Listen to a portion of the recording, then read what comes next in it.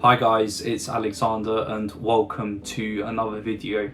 In today's video I'll cover complex finger movements between different notes and I will demonstrate two examples. Each of them I'll play twice in order to show what is a good finger movement and what is a not so good finger movement.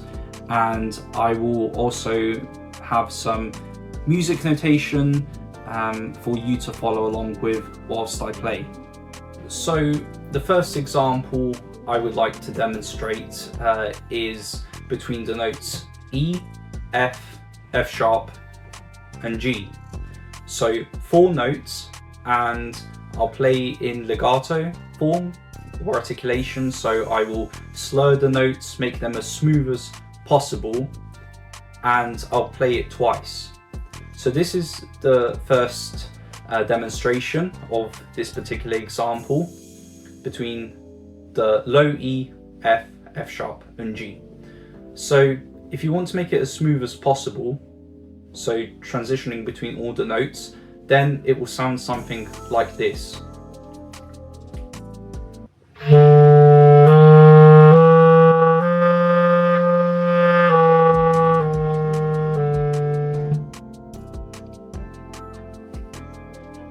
So the notes I'm playing in this instance are E, like this, I have F, and then I have F sharp, and then I have G. Now you'll see that I was alternating between my right hand fingers and my left hand fingers, and that is what enabled me to achieve a smooth transition between each note. Now you're probably asking yourself, why is it complex? Well, the reason is because I have to switch between my hands and my fingers.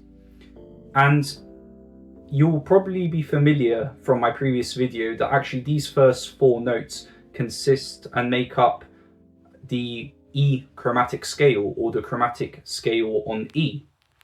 So if you are using appropriate finger movement and changing between your hands and fingers, you'll be able to achieve something like this with your chromatic scale.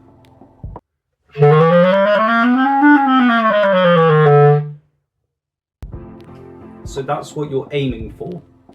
Now I'll play these 4 notes again and have a listen to how it compares with the first time that I played the 4 notes.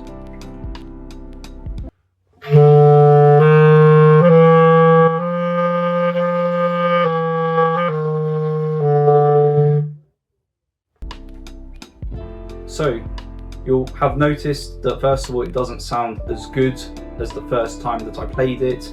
There was a gap that was created between the notes, and the reason for that is because I didn't alternate between my left hand and my right hand. So what happened was I did this.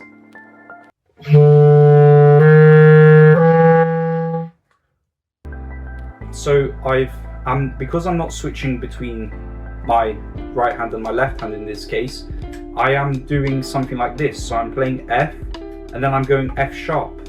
So I'm doing this. But that is a really difficult transition, and it makes it really hard to maintain that legato between those notes. So you want to avoid doing that kind of thing, and when you're faced with a very, say, quick passage of, say, chromatic scales in a piece or something like that, you want to ensure that you are adjusting that finger pattern and that finger movement between the different notes. The second example that I will play is a series of 4 notes which involves B, C, C sharp and D. So I will again show the music notation whilst I'm demonstrating it, and have a listen to this first attempt or this first try of these 4 notes.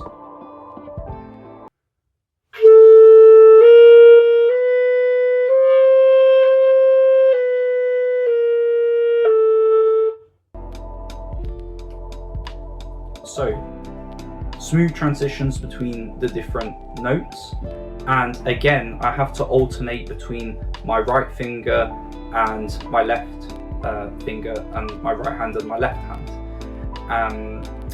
And again, this has an application to a B chromatic scale, for instance. I mean, have a listen. Using the right hand and the left hand change, we can achieve a much smoother transition up a B chromatic scale, for instance.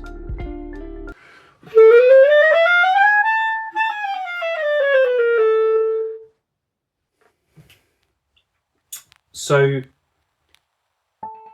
have a listen now to how it would sound if I didn't make that finger movement from the right to the left hand side.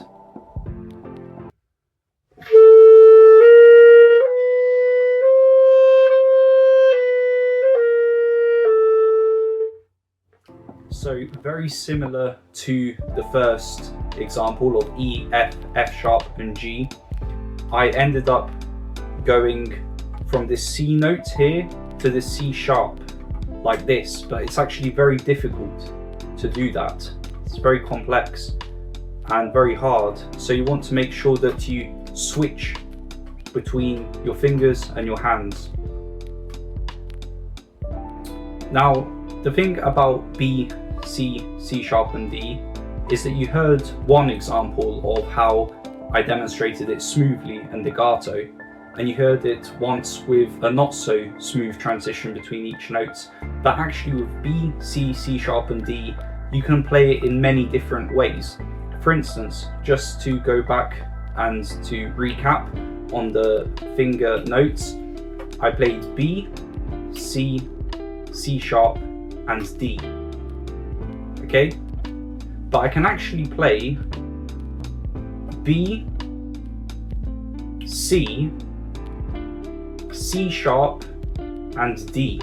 So I can actually play these four notes with different positioning of my fingers. So have a listen, because this also works.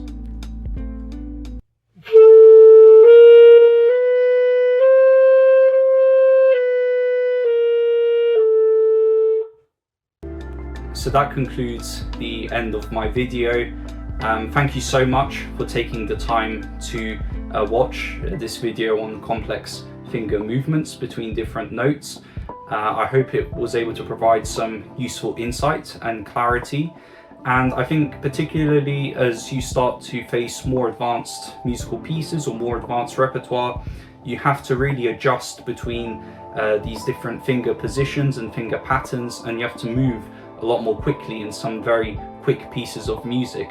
And so understanding to alternate between your right hand fingers and your left hand fingers where necessary is a super important aspect, I think, of clarinet playing. Again, thank you for taking the time to watch this video, and if you enjoyed it and if you found it insightful, don't forget to hit that like and subscribe button to stay tuned for more. See you guys soon and take care.